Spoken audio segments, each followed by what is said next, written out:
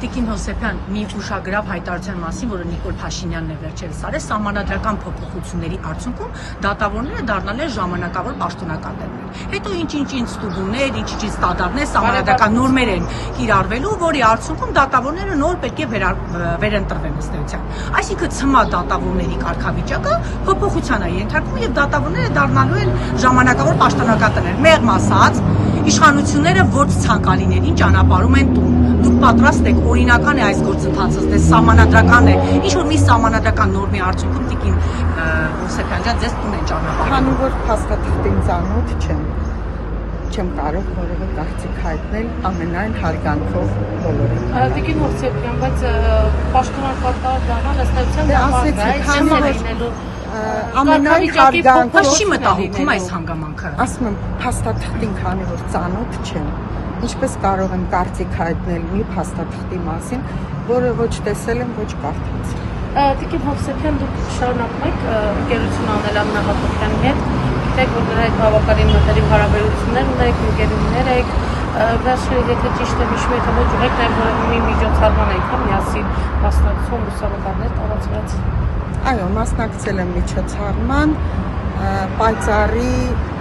տղայի կնունքին էր, փոքրիկ Ռաֆի, այո, հանդիպել եմ, տեսել եմ, խոսել։ Բայց շփում կա մենորիական հաճախ։ Ես ասեմ ձեզ, ես Տիկին Հակոբյանի հետ հանդիպումներ ունենում եմ հանրային վայրերում։ Վերջերս օպերայի եւ բալետի ակադեմիական թատրոնում եմ հանդիպել Աննա Կարինինայի ներկայացում։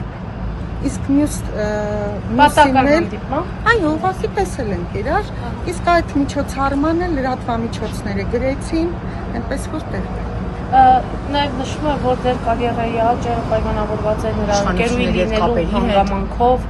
Աննա Հակոբյանի մտերիմը լինելու հանգամանքով։ Այս հարցին ես ասեմ ձեզ, ես 1996 թվականից զբաղեցնում եմ դատավորի պաշտոնը, արդեն 30 տարին անցել է եւ Չավեկ դատարան եկել եմ 23 թվականին 28 տարվա աշխատանքային փորձով, կարծում եմ, որ օբյեկտիվ է եղել եւ այդ ամբողջ գործընթացը եղել է հրապարակային, դուք ամեն ինչից տեղյակ եք, ուրիշ ավելացնելու բան դուք երբևիցե ներողություն եմ խնդրում այս հարցը բազմաթիվ անգամ հնչում է իշխանությունների զանգ, դիմում, խնդրանք, SMS ստացել եք թե ոչ տիկին Հովսեփյան։ Երբեք չեմ ստացել, ոչ 1996 թվականից առ այսօր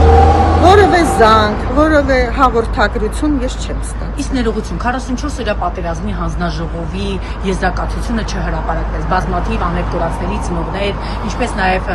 շատ հարազատներ 44 օրյա պատերազմում մասնակցած զինվորների հարազատներ պահանջում են, որ եզրակացությունը ըստ էության հրապարակվի եւ մարդիկ հասկանան, ի վերջո ով է մեղավորը։ Տիկին Հովսեփյան, ինչու չեք միանում։ Հարգելի, իմ շատ սիրելի եւ հարգելի Քնար Մանուկյան, նաև ձեզ շատ հարգելի մարդ եք եւ լավ լրագրողներ եք, անկախ նրանից ինձ քննադատում եք թե ոչ։ Դա շատ ցավոտ հարց է, ես չեմ ուզում այդ թեմայով խոսել։ Լավ, տիկին Ինձ թվում է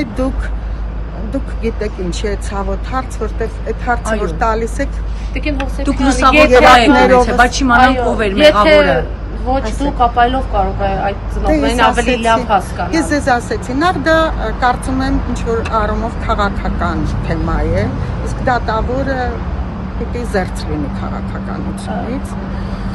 Եվ ասեցի ձեզ, կարծում եմ կգա ժամանակը բոլորն էլ կիմանան։